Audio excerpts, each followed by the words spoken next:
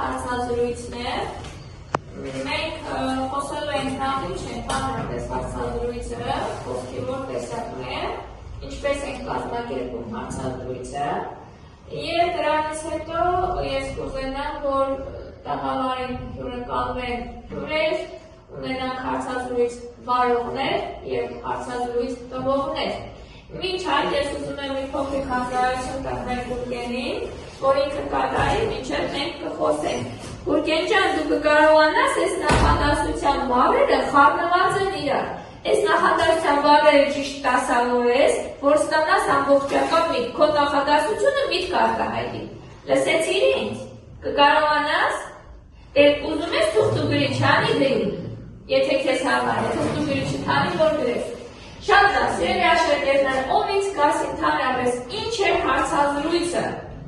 Հարցազրույցն ինչ է, սույզի ջանացատեսն է։ Հարցազրույցը որտեղ մասնակից հարցը տալիս մյուսը Քիչ բարձր տոկի, այն զրույցը, որտեղ մասնակիցը տալիս է հարց, մյուսը պատասխանում է հարցին, որը տեղեկատվություն տալով, կոչվում է հարցազրույց։ Հարցազրույց, եթե բառներ ասենք փորձենք ստուգաբանել, հարցազրույց, զրույց որևէ հարցի մասին, որտեղ պիտի լինեն հարցազրույց հարցրող անձ և հարց տվող անձ։ Հիմնականում, այո դու ճիշտ ես, տեղեկատվության հաղորդում պիտի լինի, չէ՞, հարցը տալիս է, գիտություն եք այս հարցի մասին, զրույց որևէ նյութի բովանդակության մասին։ Եվ ահա ես ինչպես տեսնում եմ ձեր տաղավարից, դուք այսօրվա ձեր թեմաներն էլ էս են, որի շուրջ պիտի խոսեք, և Միքայել Նալբանդյան երևի կենսագրությունը և ստեղծագործական ուղին, վերցրեք երկու թեմա, որի շուրջ դուք պետք է այսօր վարեք հարցազրույց, խնդրեմ եկեք առաջին խումբը մենք լսելու, ինչ հարցազրույց է։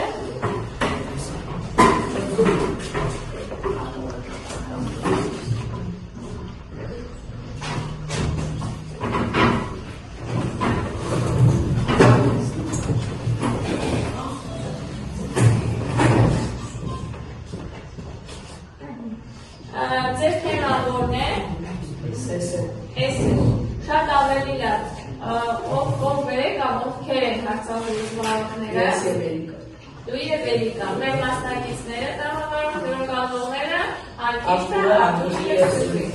Շատ ավելի լավ։ Այս են այն թեմաները, որ վերջերս միշտ խոսում ենք, անընդհատ խոսում ենք, քննարկում ենք, նորարարությունների հետ ենք կապում, այդ տեսնեմ այսօր ինչ ենք պատրաստել, ինչպես ենք ընկալել և վերջապես խոսենք էսեի շուրջ աշակերտների հայացքով, աշակերտների ընկալմամբ ձեր հարցազրույցի ընթացքում։ Խնդրեմ սկսել։ Ողջույն, շատ ուրախ եմ այսօր բոլորի տեսնում այստեղ։ Ողջույն, նույնպես շատ ուրախ եմ։ Այսօր հետաքրքիր թեմաներ քննարկելու համար։ Այո, այսօրվա մեր թեման շատ լավ է, քանի որ մենք խոսելու ենք էսեից։ Քանի որ ներկայացնում դասընթացները ամենաքանքնությունների ժամանակ պետք է ցանկանում ենք, որ դուք մեզ սովորեցնեք էսեի ձևաչափի հետ և սովորեցնեք բոլորին էսե գրելու հիմնական կանոնները։ Այո, այսօր շատերին ունեն էսե գրելու խնդիր, բայց էսե գրելը այնքան էլ բան չէ, ուղղակի պետք է տիրապետել տեքստին և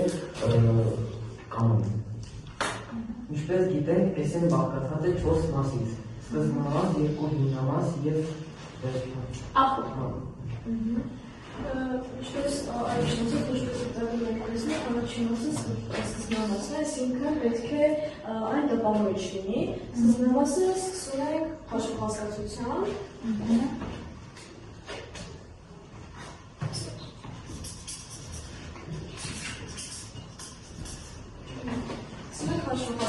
դավանումի է ուղղակի մի փոքր տեղափոխությամբ կամ շրջապատերական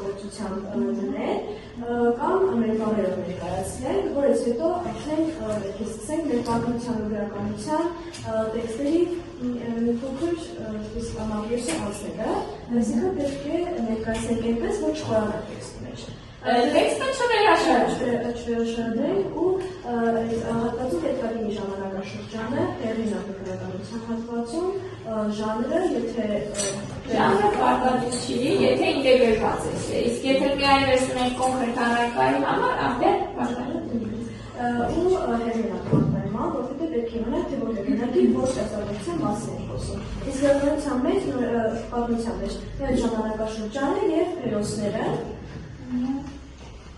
Իշխանումը սանսամասյամը շատ ձևով է ներկայացում զենք հանելը համավականի վարդը, իսկանի փոքր կարաբել ու երկրի դեպքում այն ավելի հասկանալի Ես լսում եմ քո կարծիքին, շատ հետաքրքիր է ձեզ հետ զրույց վարելը, պետք է իմանալ էսե գրելու կանոնները և տիրապետել տեքստին։ Պատմության հիմնամասում մենք պետք է սկզբից գրենք բնդումը ոչ միայն ոչ թե պետք է լինի մեր կարծիքը, ոչ թե պետք է լինի տեքստի ինչ-որ բան, այլ այդ ամբողջ պատմության մեջ ինչ-որ մի բան լինի, որը դրանցիկը պետք է հիմնամասում այդ ամենը ապացուցում։ Հասկերի միջոցով։ Լավ, շատ լավ։ Ուրիշ լրացումներ։ Պատմության հիմնամասում պետք է փակենք փակող հասկացությամբ։ Նախադասությամբ երևում ես ասել,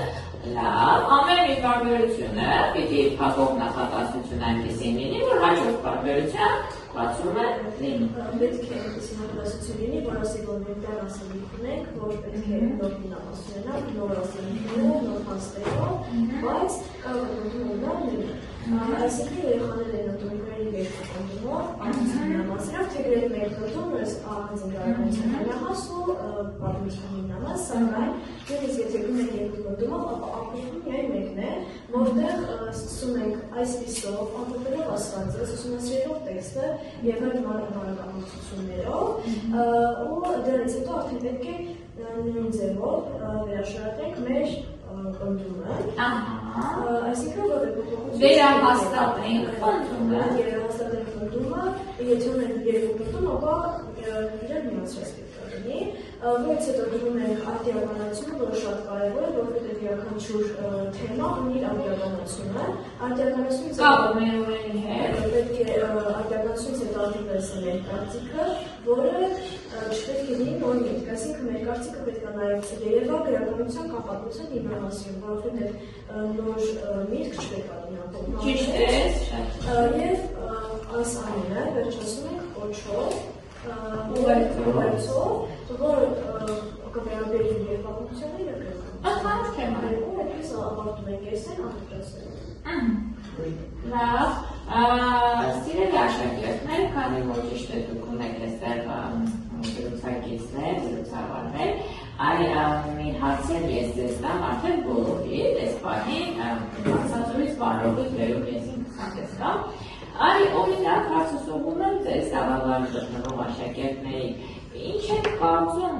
ձեզ մոտ ինչքանով է ստացվում էսե գրել,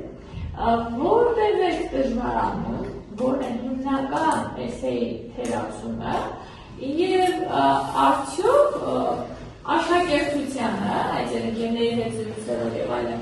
ինչ եք կարծում, աշակերտները ինչ կարծիքի են հարմար է էսե գրելով ինտեգրված քննությամբ ավարտել 9-րդ դասարանը։ Խնդրում եմ, ով է պատասխանում հարցերին, հաստատվեցնեք Սյուզաննա։ Ես ավելի որովհետև եթե մենք գրականություն պատմություն հասնենք առանձին, մենք պատմությունը 6-րդ դասից սկսած չգիտեմ ասեմ, բոլոր թեմաների կրկնենք, ժամանակաշրջաններով, հերոսներով, հակավորները եւ այլն, բայց հանդիպումը մի քիչ դժվար է, ու քանի որ քննության ժամանակ մեզ տրվում է որոշակի տեքստ, որ շուշում պետք է աշխատենք, ավելի հեշտագույն է, որովհետև դրված է եւ ժամանակաշրջանը եւ կառավարիչները եւ ավելի հեշտագույն է։ Ընդհանրապես քեզ կներեսություն ջան, այսինքն եթե էսեն այնքանով է հեշտ, եթե ես քեզ ճիշտ հասկացա, էսե գրել այնքանով է հեշտ, որ տեքստերը արդեն դուք ունեք, մնում եք տիրապետել էսե գրելու ձևին, մտածել ձևով, իմանալ դրյալ թեմայի քաշվող հասկացությունը, հարցադրումը, նյութը կա, արդեն գովանկատությունը կա, աշակերտն տիրապետում է էսե գրելու ձևաչափին, արդեն իսկ պատրաստ է գրել էսե։ Ճիշտ հասկացա տեքստն տրվում ավելի հեշտ է դրված տեքստի շուրջ աշխատելը, քան մտածել, թե տեքստերը ով է հեղինակը, լավ, հաջորդ հարցը ստանձեց, մասնավորապես ուսուցիչ ջան, քեզ հետ ստացվեց իմ հարցադրույցը, բայց կխնդրեմ բոլորն են մասնակցել, ես արդյոք ճիշտ եմ հասկանում, որ պետք չի նյութին տիրապետել, քանի որ ձեզ տրվելու է տեքստեր։ Այս հարցի շուրջ ինչ կարծիքներ կան։ Ասա։ Դե օրինակ մեր էսեյում եթե ինչ-որ մի փաստ մենք հիմնամասում օրինակ գրում ենք ու դա մեր տեքստում չկա, իմանալով դրան միավոր ենք ստանում։ Ամեն ինչքան լավ տիրապետել տեքստին, ավելի էսեն արդյունավետ ստացվում։ Լավ, դու ճիշտ ես, այսպիսի մի հարց է,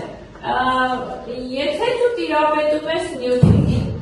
տեքստում չկա տվյալ փաստը, բայց դու տիրապետում ես նյութին, փաստը գրում ես։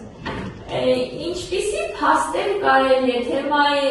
լայն մասշտաբով վերցրած, թե կոնկրետ առանցքից փաստ, որ դու կարող ես դրսից բերել քո իմացությունը բերել, զետերել քո էսեյում։ Միայն առանցքից, ճիշտ է, միայն առանցքից։ Վերջին շատ բան կարող եք իմանալ էսեյի մասին, կամ ասենք տվյալ նյութի մասին, բայց էսեյ գրելու ժամանակ պետք է կոնկրետ առանցքից փաստ բերենք, ճիշտ է։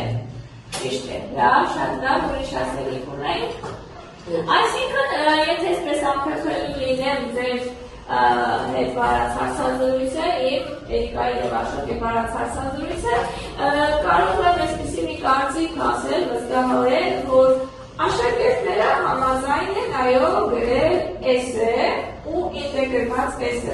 Լավ, վերջի հարցը ստանում իրոք ամփոփենք։ Իսկ ինչ եք կարծում, ավելի հեշտ կստացվեր գրականության համար առանձին էսե գրել, պատմության համար առանձին էսե գրել, թե ինտեգրված էսե, որ վերջերս մտավ մեր կյանք, մեր առօրյա, քննական գործընթաց, ու մի փոքր կարծես թե խուճապ էր, բայց թե մի քիչ ավելի պարզեցվեց ամեն ինչ։ Ինչպես էր հեշտ ավելի առանձին առարկաներով գրել, թե ինտեգրված։ Ով կխոսի, դու ես ուզում խոսել, ասա։ Դե հինձ եւ աչքով մենք աշխատում ենք, աշակերտներում ենք, որ աչքին վերջերս են լավ հասկանում ու իրենց ինչով կարող են գրել, բայց հենց եւ աչքը փոխվեց, արդեն շատ հեշտ կարողացան ընկալել ինտեգրված էսե գրել հմտությունները։ Կարծիքով այս նույնիսկ ավելի արդյունավետ է երկրորդ ինտեգրված մի տեքստով գրել երկու առարկա, շատ լավ։ Որովհետև մենք ընդհանուր մտածենք ու առանձին շինարարության պատմությունը